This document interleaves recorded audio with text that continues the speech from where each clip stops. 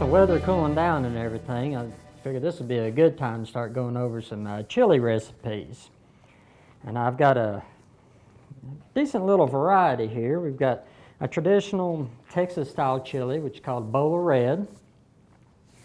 Then we have the white chicken chili, and then a turkey and bean chili.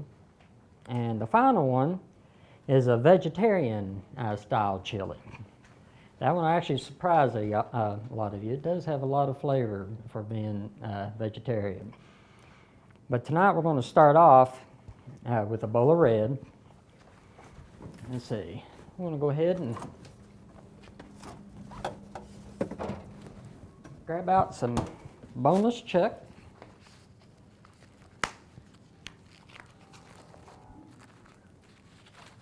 I hope that's not just feeding back again. If I have problems with the mic, they've been working on it lately, so. All right. Yep, there it goes. So basically what you're wanting to do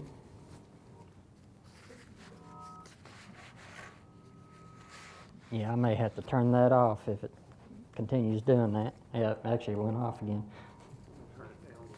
Yeah.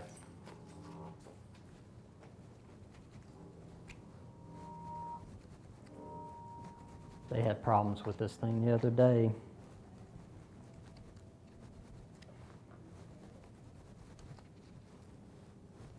Okay. You still hear me back there? Okay. All right. So you want to take some boneless chuck here. You're going to cut it up about 1/2 inch size there. A little bit bigger if you want to, that's fine. A little bit smaller if you want to, that's fine.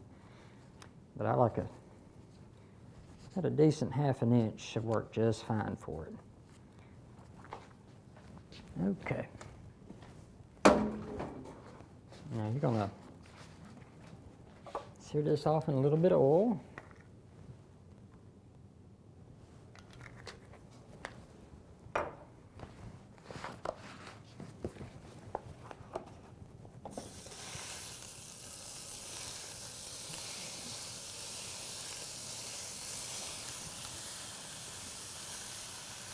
Kind of break that apart there. There we go. And don't worry if it doesn't cook all the way through when you're searing it, because it'll finish cooking as you're putting in the rest of the ingredients there. All right, let me change out gloves here right quick.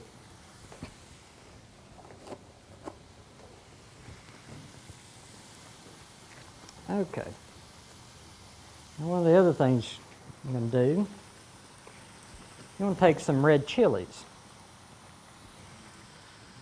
You'll sear these off for about 3 or 4 minutes, and then you put them in really hot water and let them sit for about 15 to 25 minutes.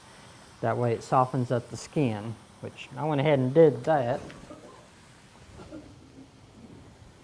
So when you pull this out,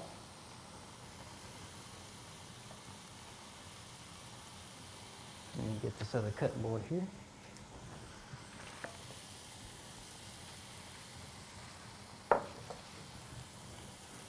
The stem comes right out. And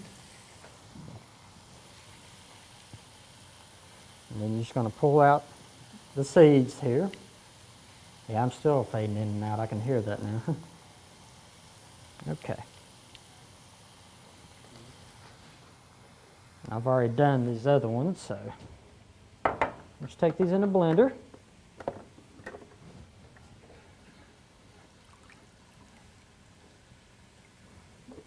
All right.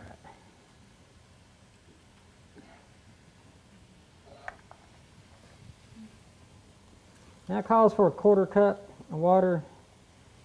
Depending on what type of blender you're using, you may need to put a little bit more, just enough where the water is above the blade, so that way it can chop it up. Now it's also going to take some of the cumin with this.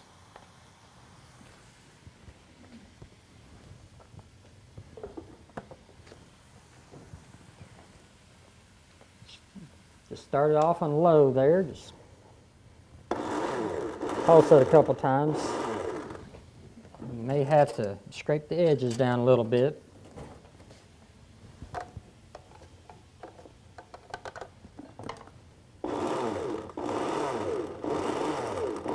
Get the season mixed up really good in there. Go ahead and put it up on high. Should take approximately 1 minute.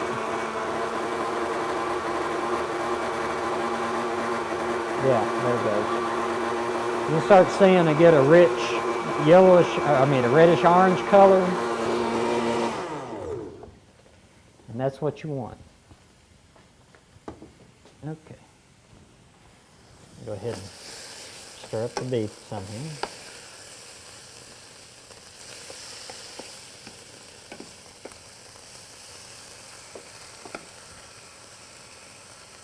Okay.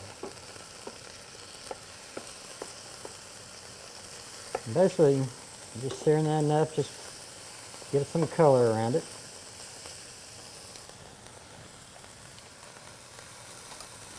Let's see, there we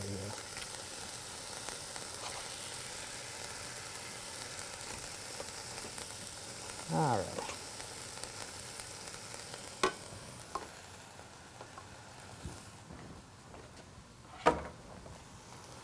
Okay, so we're going to take a white onion.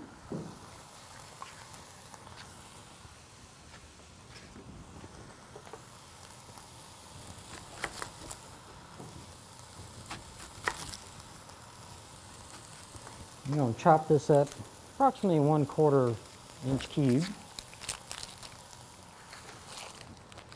There we go.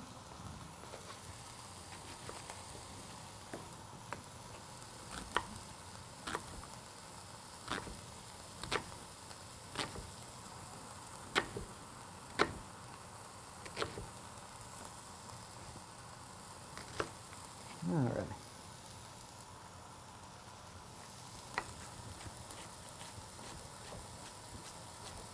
Like so.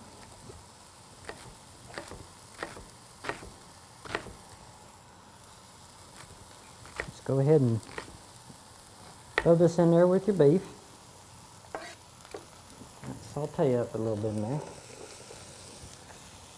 Go ahead and add a little bit of butter in there too while you're doing that. I add a little extra flavor to the onions as well as the beef.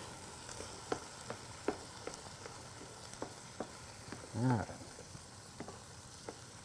Like I said, if there's still some red in the beef, that's okay. It's getting ready to cook up once we put the liquids in there. Okay, let that saute for a moment.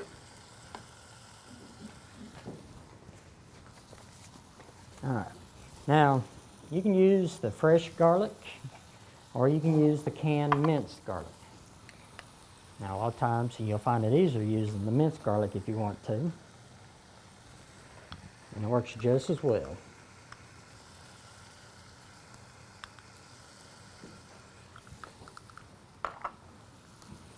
Okay. Mix that on in there. Okay. I'm going to take a little puree mix here. Just pour that over it.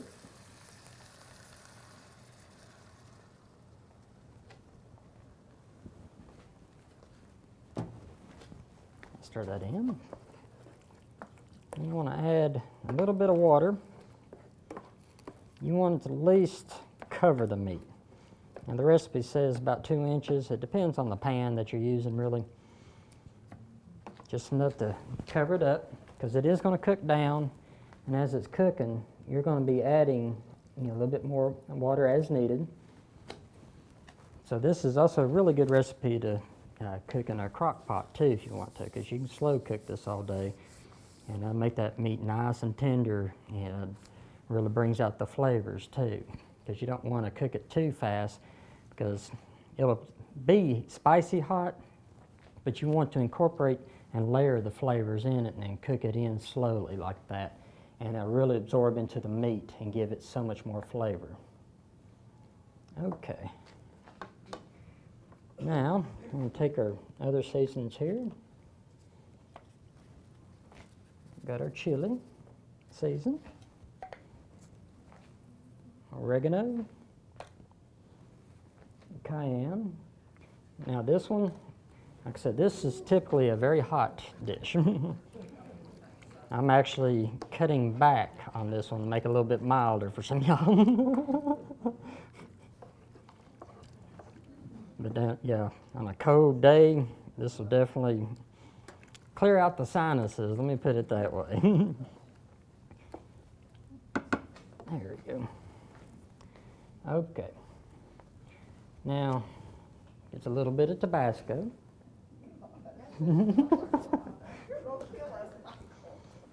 Now here's the interesting part. It's a little bit of brown sugar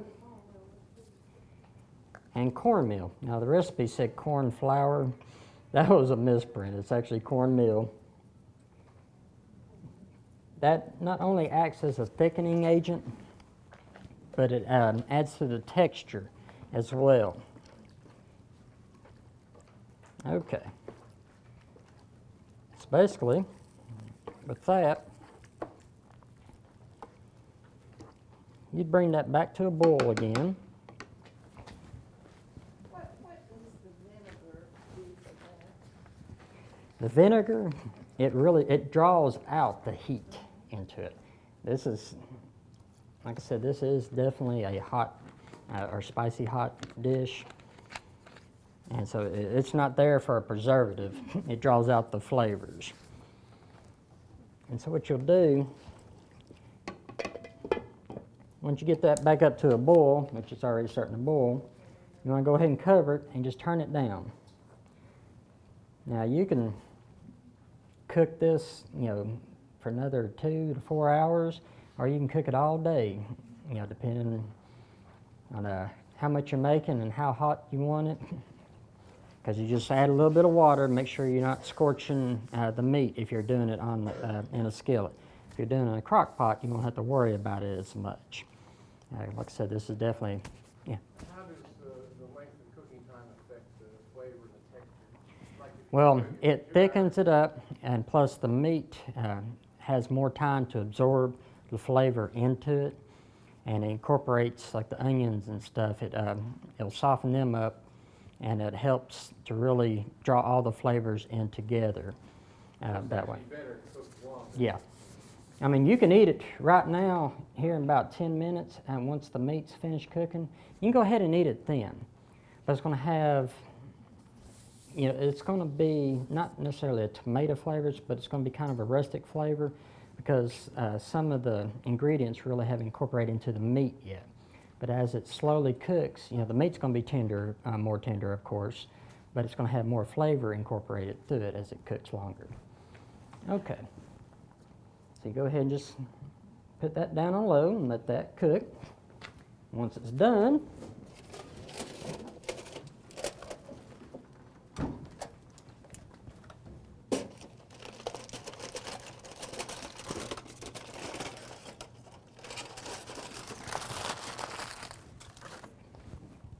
now I don't know if you could smell this just yet over here. But this, there's a reason they call it bowl red. And this is one of those things they used to, when I lived down in Texas, they said, yeah, it's lethal if you cook it right. And it's not traditionally served with beans. Like when you think a lot of chili has beans, traditionally the Texas style chili didn't have the beans in it. That actually came a little later. But if you want to put beans in this, feel free to just wait till a little later in the stage to add them, so that way you're not overcooking the beans.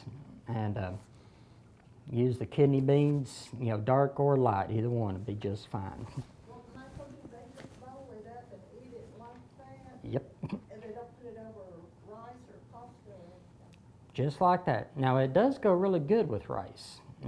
I love it actually with regular white rice, not any brown rice or anything. But traditionally it's just by itself and that's it. Serve with little crackers if you want.